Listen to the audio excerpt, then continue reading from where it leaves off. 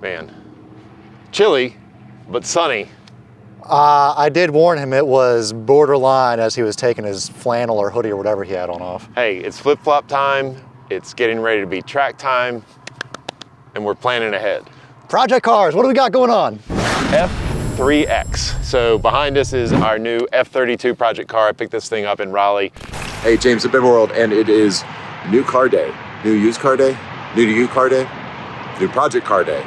We are rescuing this BMW from its trade-in. I think it's going to make an awesome track car.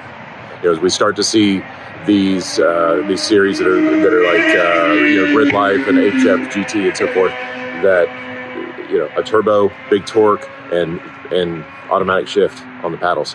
I think this is going to be the jam. So anyway, follow along. We're going to get building on this thing. Bought it used, 70,000 miles. They're all over the market, pretty easy to pick it up. N55 engine, ZF 8-speed trans. Where do we know those from?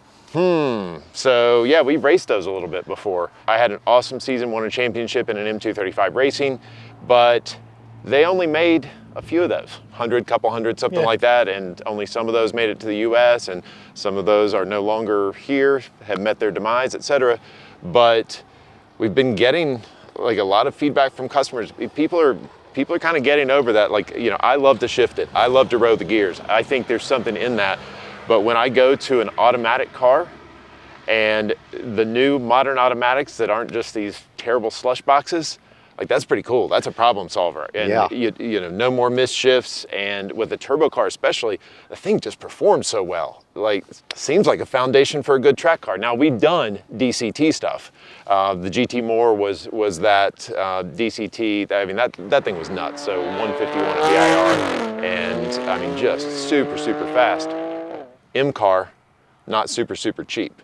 Correct. So, I mean, there's a market for that, and I love it that thing's clobbers GT3 Porsches all day long.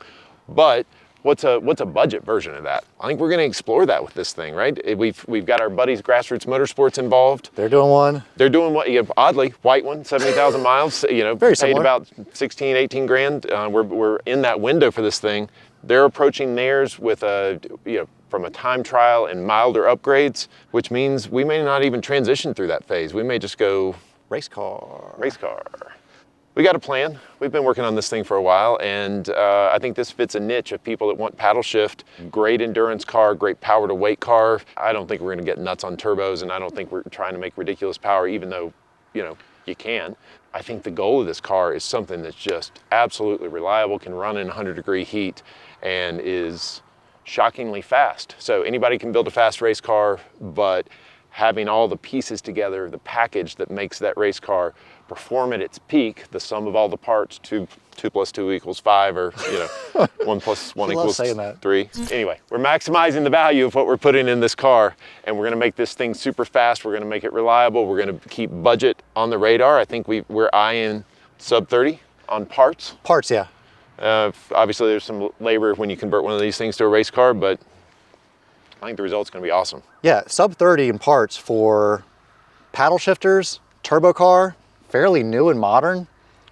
That's pretty awesome. I think we've got a pretty good recipe here, and looking forward to seeing how this thing does. Just follow along with this project. I think it's going to be a cool one. 275 tires.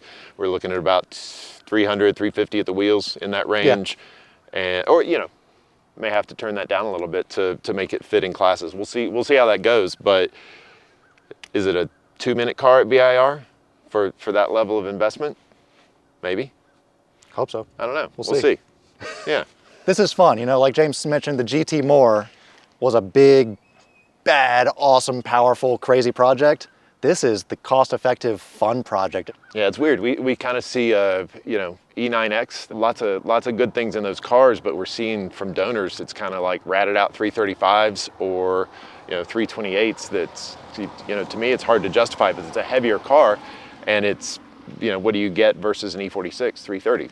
I don't know about that, but as soon as you go to the 8-speed auto tranny in this thing, like, to me, that's a core part of this car, and to me, it's an enthusiast car. Yeah. So, I mean, you mentioned weight. It's a little bit heavier car, so that is a factor we got to figure out, and we'll see where we land weight-wise on these things.